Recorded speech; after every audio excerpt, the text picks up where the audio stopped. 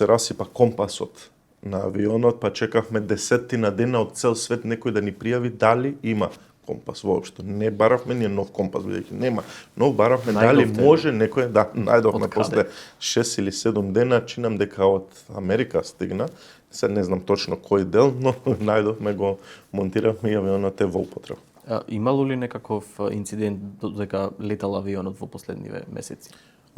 Инцидент во лет секако дека немало. Се случувале да се откријат дефекти при слетувањето, при завршување на летот, бидејќи пилотите постојано го чекираат, го контролираат, проверуваат дали е се во ред, па тогаш се појавуваат некои проблеми, тоа се констатира дали има некаков дефект и веднаш се реагира и се носи на сервис.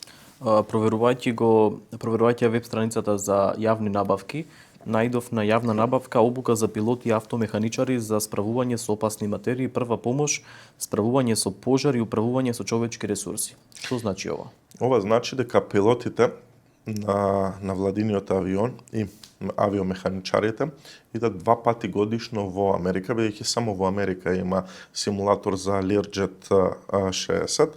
Идат таму и практично, мислам, ако не грешам, седат околу 10 дена и секој дневно одат на тие обуки. Имаат 2 пати теоретски и другото се им е практично.